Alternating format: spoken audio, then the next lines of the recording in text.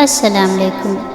ہمارے شہر کا ایک شخص جب فوت ہوا تو اسے غسل دینے والے عالم نے دیکھا کہ اس کا داہنا کندھا ایسے تھا جیسے کسی نورانی شکل والے بزرگ کا چہرہ۔ قبر میں اتارتے وقت بھی عالم صاحب نے محسوس کیا کہ اس کے داہنے کندھے میں سے روشنی پھوٹ رہی تھی۔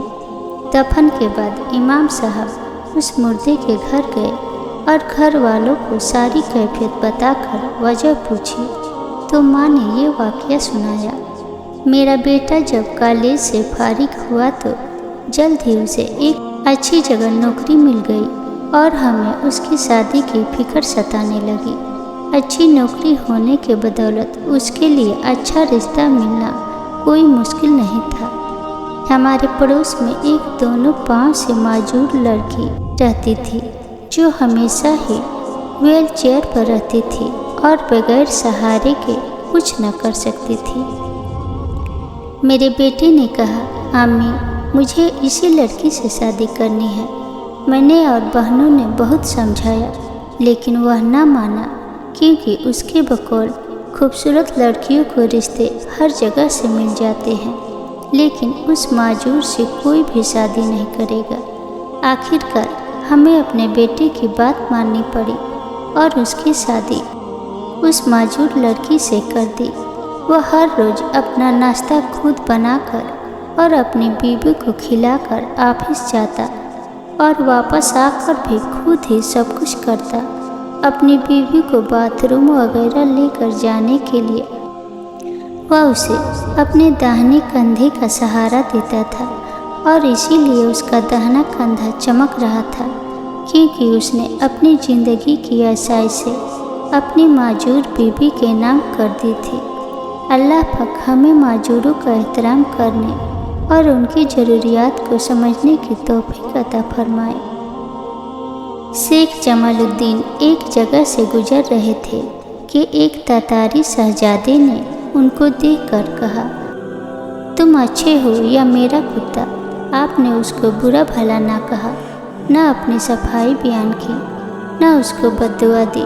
مسکراتے ہوئے بس ایک فقرہ کہا کہ اگر میرا ایمان پر خاتمہ ہو گیا تو میں اچھا، ورنہ تمہارا کتا مجھ سے بہتر ہے۔ شہزادے پر اس بات کا بہت گہرا اثر ہوا۔ اس نے شیخ کو اپنے پاس بیٹھا لیا اور ان سے پوچھنے لگا کہ مجھے بتائیں ایمان کیا ہے؟ آپ نے تفصیل سے بتایا۔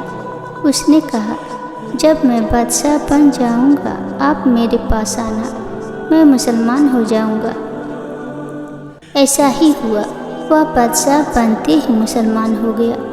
اس کو دیکھ کر ہزاروں تاتاری اسی وقت مسلمان ہو گئے۔ تاریخ ہی بدل گئی۔ اسلام کبھی بھی تلوار کے زور سے نہیں پھیلا، یہ ہمیشہ حسن سلوک سے پھیلا، میٹھے بول بولنے سے پھیلا، زبان کی مٹھاس سے پھیلا۔ ہمارے پیارے نبی صلی اللہ علیہ وسلم محبت کا درس دیا ہے، جو تعلق توڑے اسے تعلق جوڑنے کا حکم دیا ہے۔ محبت میٹھے بول اور برائی کا بدلہ اچھائی سے دینے سے ہی معاشرے میں امن آتا ہے۔ ایک بادشاہ کا غلام گھوڑے پر سوار غرور کے عالم میں چلا آ رہا تھا۔ سامنے ایک بزرگ آ گئے۔ انہوں نے اس مغرور غلام سے کہا، یہ اکڑ کھانی تو اچھی نہیں۔ غلام نے اور اکڑ سے کہا کہ میں فلاں بادشاہ کا غلام ہوں اور وہ مجھ پر بہت بھروسہ کرتا ہے۔ جب وہ سوتا ہے تو میں اس کی حفاظت کرتا ہوں، جب اسے بھوک لگتی ہے تو میں اسے کھانا دیتا ہوں، کوئی حکم دیتا ہے تو فوراً بجا لاتا ہوں۔ اس پر بزرگ نے پوچھا، اور جب تم سے غلطی ہو جاتی ہے تو؟ غلام، اس صورت میں مجھے کوڑے لگتے ہیں۔ اس پر بزرگ بولے، تب تم سے زیادہ مجھے اکڑنا چاہیے۔ غلام حیران ہو کر بولا، وہ کیسے؟ بزرگ بولے، میں ایسے بادشاہ کا غلام ہوں کہ جب میں بھوکا ہوتا ہوں تو وہ مجھے کھلاتا ہے، جب میں بیمار ہوتا ہوں تو مجھے شفا دیتا ہے، میری حفاظت کرتا ہے، اور غلطی ہونے پر جب اس سے معافی مانگ لوں تو بغیر کوئی سزا دیے اپنی رحمت سے مجھے بخش دیتا ہے۔